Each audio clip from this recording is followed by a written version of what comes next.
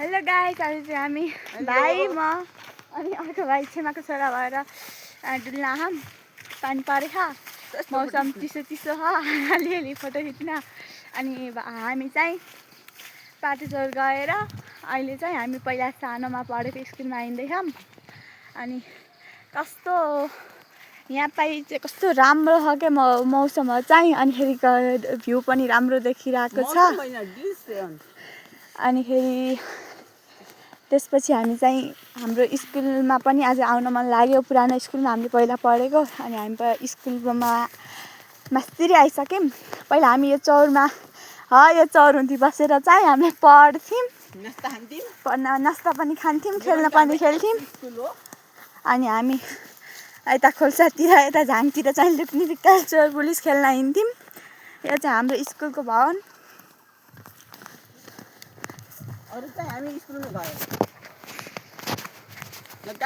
यहाँ चाहिँ के भन्छ कुलो आउँछ यहाँबाट चाहिँ पानी त छैन अहिले खेतमा पानी लाने सिँचाइ गर्ने यहीँबाट गर्नुहुन्छ हामी यो ठाउँमा आएर हाम्रो गाउँको स्थानीय बासिन्दाहरूले अनि हाम्रो स्कुलमा चाहिँ औसली चौतारी अचम्मै फल्थ्यो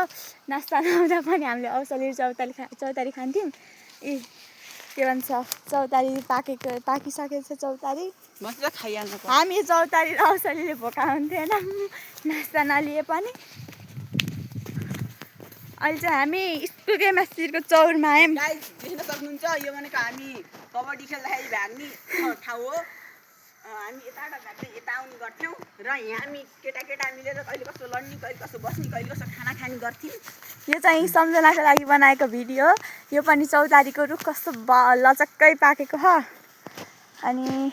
हामी चाहिँ यहाँ भेडा राखेर खेल्थ्यौँ थाहा कि नै हजुरहरूलाई अनि